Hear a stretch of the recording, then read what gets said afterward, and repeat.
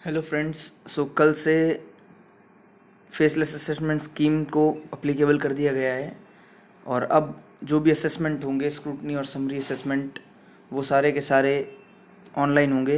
तो tax payer को income tax department जाने की कोई भी अब रिक्वायरमेंट रहेगी नहीं।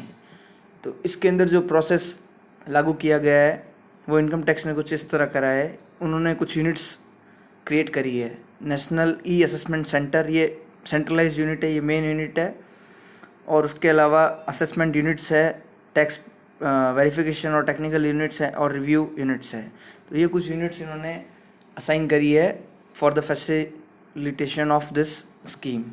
सो इसमें अब प्रोसेस क्या रहेगा कि जो नेशनल ई असेसमेंट सेंटर है वो नोटिस इशू करेगा।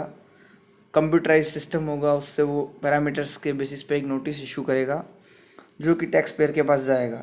टैक्स पेयर को उसका रिप्लाई 15 दिन के अंदर अंदर उसको करना होगा। उसके बाद वो केस असाइन होगा असेसमेंट यूनिट को। अब असेसमेंट यूनिट उस केस के सॉल्व करने के लिए डायरेक्टली टैक्स पेयर से ना बात करके नेशनल ई असेसमेंट सेंटर पे रिक्वेस्ट डालेगी फर्दर इन्फॉर्मेशन के लिए या वेरिफिकेशन या कोई भी टेक्निकल असिस्टेंस के लिए।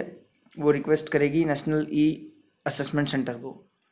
नेशनल ई असेसमेंट सेंटर अगर कोई इन्फॉर्मेशन टैक्स पेयर से लेनी है तो वो उसकी इन्फॉर्मेशन टैक्स पेयर से मांगेगा। अगर कोई वेरिफिकेशन या टेक्निकल असिस्टेंस चाहिए तो उसके लिए वो असाइन वेरिफिकेशन या टेक्निकल यूनिट को असाइन करेगा।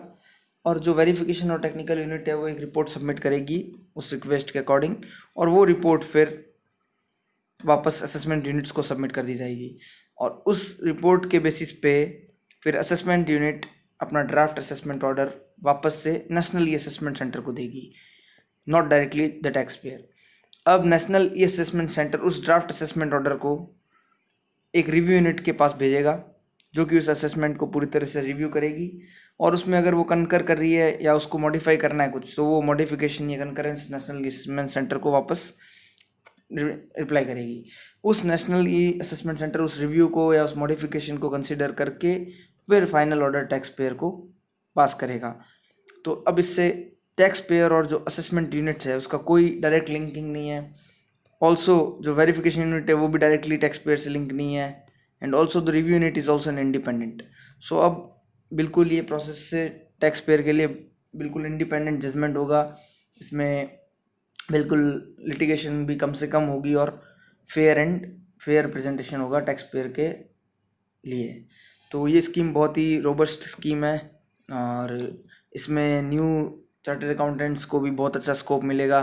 सारे डॉक्यूमेंट्स सब कुछ ऑनलाइन ही सबमिट होगा, ऑफलाइन कुछ भी नहीं होगा इसमें। तो एक ये कॉम्पिटिटिव एडवांटेज जो पहले था वो धीरे धीरे अब इक्वल पार पे आ जाएगा। तो ये बहुत ही अच्छी अपॉर्चुनिटी है प्रोफेशनल्स के लिए भी। तक और इसमें हमें सबसे बड़ी बात है कि हम जो भी काम करेंगे, क्लाइंट को जो भी काम करना, वो 100% proper systematic and in correct way करना की सलाह देनी पड़ेगी।